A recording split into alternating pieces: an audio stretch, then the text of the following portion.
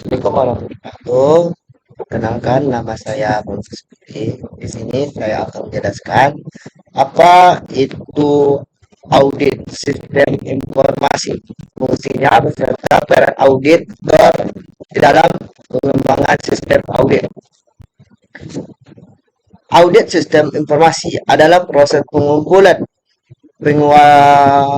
pengevaluasian bukti-bukti untuk menentukan apa itu sistem informasi dalam organisasi, telah melindungi aset dan menentukan apakah sistem jaga integrasi data bekerja secara efektif dan efisien serta mencapai tujuan organisasi. Fungsinya, fungsi audit sistem informasi meningkatkan keamanan sistem informasi terhadap ancaman internal dan eksternal. Kedua, mengidentifikasi kelemahan pada infrastruktur TI. Ketiga, memastikan kepatuhan terhadap peraturan dan kebijakan internal maupun eksternal. Meningkatkan efisien.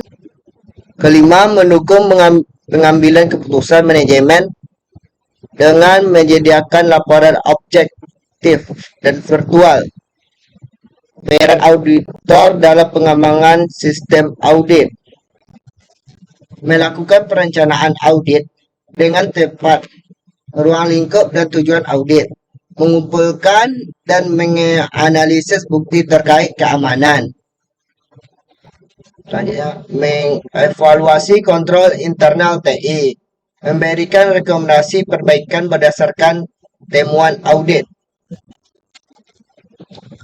Selanjutnya, pertanyaan selanjutnya menjelaskan apa saja pengendalian audit sistem informasi dan risiko yang terjadi di dalam auditing. Pertama, jenis pengendaliannya, pengendalian umum. Risikonya kontrol akses fisik, kontrol akses login, kontrol pengembangan sistem, kontrol backup, dan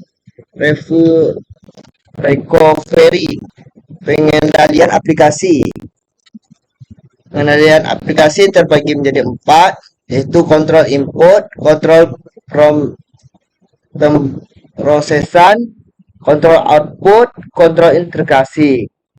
Risiko yang terjadi dalam sistem audit. Risiko keamanan informasi, risiko kegagalan, risiko kepatuhan, risiko human error. Kelima, risiko audit. Ketiga, jelaskan tahap atau proses pelaporan hasil audit sistem informasi dan uraikan hubungan antara keamanan informasi dan audit sistem informasi. Tahapannya, pelaporan A. Tahapan pelaporan audit. Tahapannya pertama, pengumpulan temuan audit. Kedua, analisis temuan. Ketiga, penyusunan rekomendasi. Keempat, penyusunan draft laporan. Kelima, penyampaian laporan akhir. Keenam, follow up audit. Hubungan keamanan informasi dan audit SI. Audit SI bertujuan menilai apakah sistem telah melindungi data sesuai prinsip kerahasiaan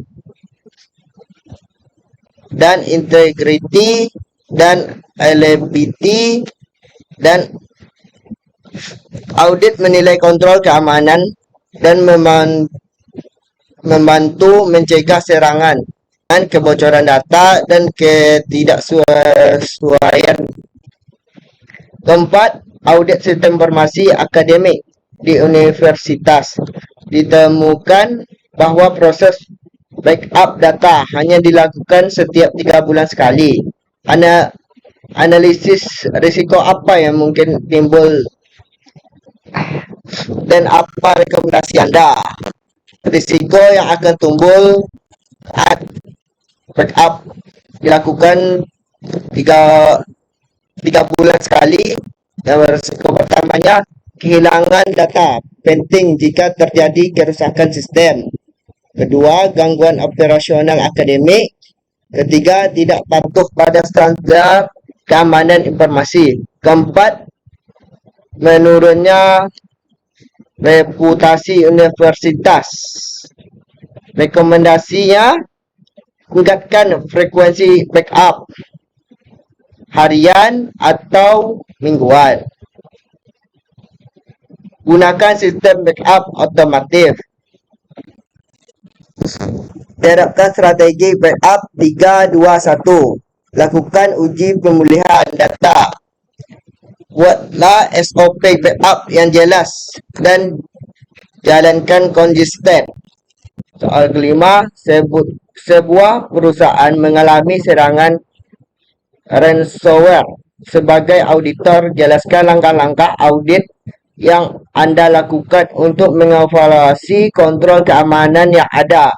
Langkah-langkah yang pertama saya lakukan sebagai auditor, pertama, integrasi dan dokumentasi insiden. Pertama, keduanya, evaluasi kontrol keamanan, antara lainnya antivirus, firewall, dan hak akses. Ketiga, pemeriksaan backup dan kemampuan recovery.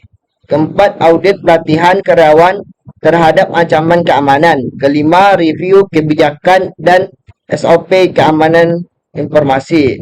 Keenam, penilaian risiko dan rekomendasi.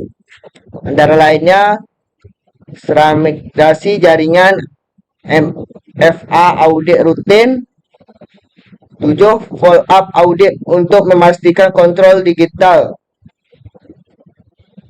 Tujuan audit adalah memastikan sistem kembali aman dan mencegah serangan serupa terjadi di masa depan. Sekian dari saya. Assalamualaikum warahmatullahi wabarakatuh.